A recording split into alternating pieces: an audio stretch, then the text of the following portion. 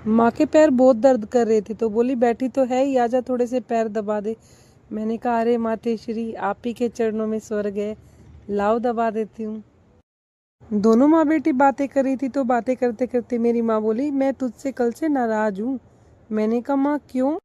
कल तूने अपने अपने बालों पे मेहंदी लगवा ली, मुझे नहीं लगाई, मेरे सारे बाल सफ़ेद हो रखे हैं। देखो माँ, सबसे पहले मैंने आप ही को बोला था झूठ मत बोलना। बोली बोला तो था, लेकिन जब मेरी तबीयत खराब थी, आज लगा दे। माँ की बात को मैंने दिल पे लिया और तुरंत मेहंदी को भिगोया। मैंने कहा माँ अभी लगा दूंगी आधे घंटे में।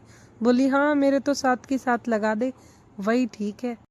बातचीत करते करते मेरी माँ बोली तुझे कोई भजन नहीं आता है क्या, कान्हा का सुना दे। मैंने कहा अरे माँ भजन तो आते हैं, लेकिन आवाज़ इतनी सुरीली है कि आसपास के सभी लोग इकट्ठे हो जाएंगे। बोली ऐसा कुछ नहीं है, तू सुना दे, जैसी भी हो मैं सुन लूंगी। फिर एक इतना प्यारा सा भजन मैंने माँ को सुनाया।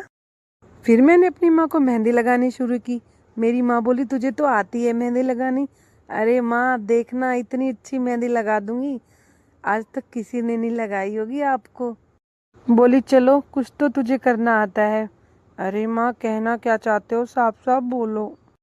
बोली हाथ में भी लगा लेती है मेहंदी। मैंने कहा हाँ माँ बिल्कुल लगा लेती हूँ, लेकिन सिर्फ एक ही डिजाइन ड्रॉ करना आता है।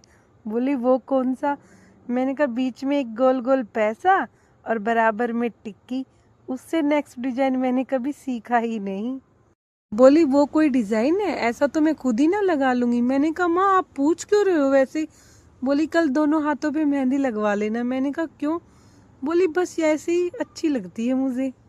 माँ को मेहंदी लगाने के बाद थोड़ी देर मैंने किया रेस्ट और सोकर उठी तो मेरे पेट में चूहे कूद रहे थे। माँ के पास गई, माँ मुझे भूख लगी है लेकिन रसमलाई खानी है और कुछ नहीं। बोली आज तो मुंह मीठा अपना हलवा बना कर ही कर ले, कल ले आना रसमलाई, क्योंकि अमित जी घर पे नहीं थे। फिर माँ पापा और अपने लिए बनाया मैंने हलवा, लेकिन मुझे हलवा ज़्यादा पसंद नहीं है, थोड़ा थोड़ा कभी कभी खा लेती हूँ। बनाने में भी मेरा थोड़ा सा हाथ टाइट है, लेकिन अच्छा बना था, जैसा दिख रहा था वैसा खाने में भी स्वादिष्ट था।